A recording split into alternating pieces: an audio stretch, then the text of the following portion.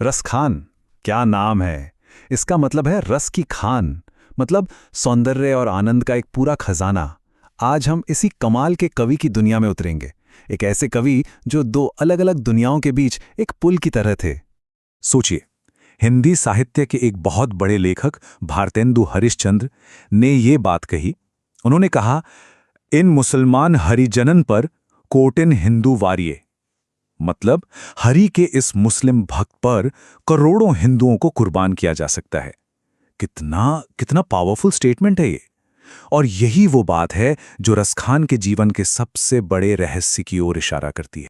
तो सवाल उठता है कि आखिर कौन थे रसखान? क्या था उनकी पहचान में ऐसा जो उन्हें इतना खास, इतना अनूठा बनाता है?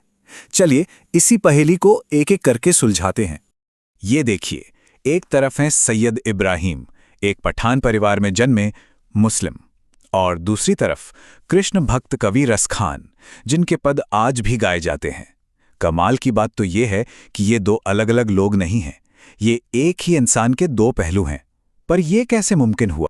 बस यही वो बड़ा सवाल है जिसका जवाब आज हम सब मिलके ढूंढेंगे। और ये कहानी सिर्फ नाम बदलने की नहीं है, नहीं, ये एक बहुत ही गहरी, एक आध्यात्मिक सफर की कहानी है। तो फिर उनके इस सफर को समझने के लिए चलिए उनके जीवन में झांकते हैं। जो भी जानकारी हमारे पास है उसमें से वो सुराग ढूंढते हैं जो हमें बताएं कि ये सब कैसे हुआ। देखिए, इतिहास में अक्सर ऐसा होता है कि कुछ बातें पूरी तरह साफ नहीं होती। रसखान के साथ भी कुछ ऐसा ही है। उनके जन्म का साल क्या था, जगह कौन सी थी, इस पर इतिहासकारों में थोड़ी बहस है। लेकिन हाँ, कुछ बातें बिल्कुल पक्की हैं, जैसे वो मुगल बादशाह अकबर के समय में थे और उनकी समाधि वो आज भी मथुरा के महावन में है। और मथुरा, जैसा कि हम सब जानते हैं, कृष्ण की नगरी है। ये एक बहुत ज़रूरी बात है। रसखान एक जागीरदार यानी एक जमींदार के बेटे थे। मतलब उनका परिवार काफ़ी संपन्न था और इसका असर दिखता है। उनकी कविताओं में कभी कोई हार्डशिप, कोई तंगी का जिक्र नहीं मिलेगा। ऐसा लगता है कि इसी कंफर्टेबल अपब्रिंगिंग ने उन्हें वो आज़ादी दी, वो माहौल दिया कि वो अपनी मर्जी का आध्यात्मिक रास्ता चुन सकें। और ज़रा उनकी विद्वत्ता तो देखिए, वो सिर्फ ब्रज भाषा के उस्ताद नहीं थे, नहीं, उन्हें संस्कृत भी आती थी और फारसी पर भी उनकी ज़बरदस्त पकड़ थी। और सबसे बड़ी बात, उन्होंने संस्कृत के श्रीमद् भागवतम का फारसी में अनुवाद किया। ज़रा सोचिए उस जमाने के बारे में। ये सिर्फ एक किताब का दूसरी भाषा में अनुवाद नहीं था, ये दो संस्कृतियों, दो दुनियाओं को एक साथ लाने की एक बहुत बड़ी, बहुत हिम्मत वाली कोशिश थी। तो चलिए अब उनके जीवन से निकलकर उनकी कला, उनकी कविता की दुनिया में चलते हैं। आखिर उन्हें रस की खान क्यों कहा जाता है? क्या है उनकी शायरी में ऐसा खास? आइए देखते हैं। उनकी दो सबसे मशहूर किताबें हैं। एक है सुजान रसखान, जिसमें उनके बहुत प्रसिद्ध सवैये और कविताएं हैं, और दूसरी है प्रेम वाटिका। जैसा कि नाम से ही पता चल रहा है, ये प्रेम के विषय पर लिखे गए दोहों का एक खूबसूरत कलेक्शन है। अगर उनकी कविता के फ्लेवर की बात करें तो उसमें दो रस या भाव सबसे ज्यादा मिलते हैं। एक है श्रृंगार रस यानी दुनियावी रोमांटिक लव, और दूसरा है भक्ति रस यानी ईश्वर के लिए डिवाइन लव, डिवोशन। मतलब उनकी शायरी में दुनिया और दिव्यता दोनों का एक कमाल का संगम देखने को मिलेगा।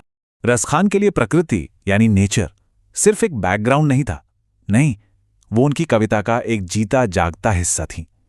कभी वो प्रकृति को एक साथी की तरह दिखाते हैं, कभी वो इंसानी जज्बातों को और बढ़ाने वाली एक ताकत बन जाती हैं, और कभी कभी तो वो अपने कृष्ण को सजाने के लिए प्रकृति को एक गहने की तरह इस्तेमाल करते हैं। बहुत खूबसूरत। चलिए अब बात करते हैं कहानी के सबसे अहम हिस्से की, उनकी भक्ति की, उनकी आस्था, जो किसी भी नियम कानून, किसी भी बंधन से बिल्कुल आजाद थी। उनकी भक्ति के लिए एक शब्द है स्वच्छंद भक्ति, मतलब फ्री फ्लोइंग डिवोशन। ऐसी भक्ति जो किसी धर्म के तय किए गए दायरे में बंधी नहीं है, ना मंदिर ना मस्जिद। ये तो एक पर्सनल कनेक्शन था, सीधा दिल से ईश्वर तक। और उनकी इस अनोखी सोच को समझने के लिए ये जानना जरूरी है कि उन पर दो महान परंपराओं का गहरा असर था। उनका जो दुनियावी नजरिया था वो हिंदू प्रेम मार्गी सोच से प्रभावित था, और उनका जो आध्यात्मिक नजरिया था वो इस्लामी सूफी विचारधारा से। खासकर प्रेम की पीर का कॉन्सेप्ट। प्रेम की पीर मतलब प्रेम में होने वाला वो मीठा दर्द, वो तड़प जो भक्त को भगवान के और करीब ले जाता है। तो फिर इन सब बातों का आज क्या मतलब है? रसखान की लेगेसी क्या है? वो हमें आज क्या सिखाते हैं? चलिए इसे समझने की कोशिश करते हैं। याद है हमने शुरुआत कहां से की थी? भारतेंदु हरिश्चंद्र की उस बात से। अब रसखान के बारे में इतना कुछ जानने के बाद जब हम ये दोबारा सुनते हैं तो इसका मतलब और भी गहरा हो जाता है। इन मुसलमान हरिजनन पर कोटिन हिंदू वारियां, ये सिर्फ तारीफ नहीं है, ये एक बहुत बड़ी सच्चाई को मानना है। तो रसखान की विरासत सिर्फ उनकी खूबसूरत कविताएं नहीं हैं, उनकी असली विरासत तो उनका जीवन है। वो इस बात का जीता जागता सबूत है कि सच्ची भक्ति, सच्ची आस्था धर्म की बनाई हुई सरहदों को नहीं मानती। ये तो एक पर्सनल जर्नी है, एक निजी सफर है जिसका रास्ता सीधे दिल से होकर गुजरता है।